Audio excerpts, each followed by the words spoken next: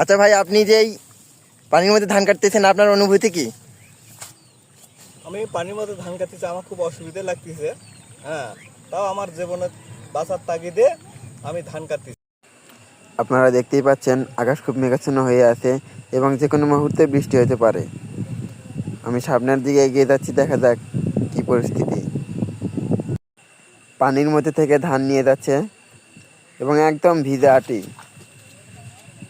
এগুলো বেঁধে নিয়ে যাচ্ছে বাড়ির দিকে। আমি এখন ঠিক গোবিন্দগঞ্জ উপজেলার ৮ নং নাগা ইউনিয়নে অবস্থিত।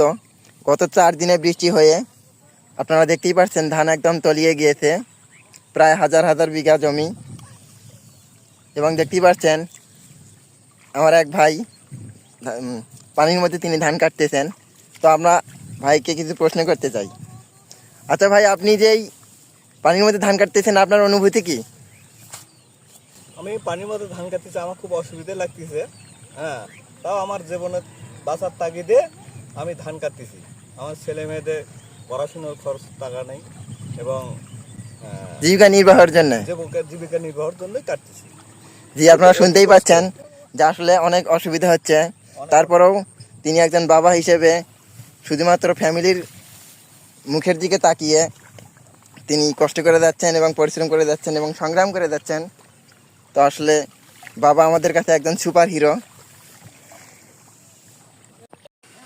আমি এখন আরো সামনের দিকে যাচ্ছি এবং দেখা যাচ্ছে একজন কৃষক ভাই ধান কাটতেছে, কয়েকজন। দেখা যাক কি হয়। আপনারা দেখতেই পাচ্ছেন পানির উপর দিয়ে ভেসে আছে।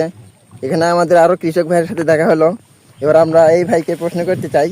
আচ্ছা ভাই, আপনি যে পানির মধ্যে ধান কাটতেছেন, আপনার অনুভূতি কি? আমার অনুমতি, আমি এই ধান নিয়ে যাব, নিয়ে যা বাড়িতে সন্তান আছে, বউ আছে, তার খিলাবো। আমরা কি করব এখন? আমাদের ধান যে চলে গেছে। হ্যাঁ, সেটাই তো। হ্যাঁ, সরকারের কোনো উদ্দেশ্য খবর করে না আমাদের। হ্যাঁ?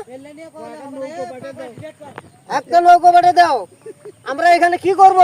হ্যাঁ, আপনারা দেখতেই পাচ্ছেন তিনি একজন সংগ্রামী মানুষ। শুধুমাত্র ফ্যামিলির মুখের দিকে তাকিয়ে আসলে সংগ্রাম করে যাচ্ছেন। তা না হলে ফ্যামিলি চলবে কিভাবে, তিনি খাবেন কিভাবে? তো আসলে কৃষক ভাইদেরকে অনেক সংগ্রাম করতে হয়। আপনারা দেখতেই পাচ্ছেন গত 4 দিনে অনেক ঝড় বৃষ্টি হওয়ার কারণে ধানের গাছ এলোমেলো হয়ে গেছে। এবং আমি দেখাচ্ছি আরও,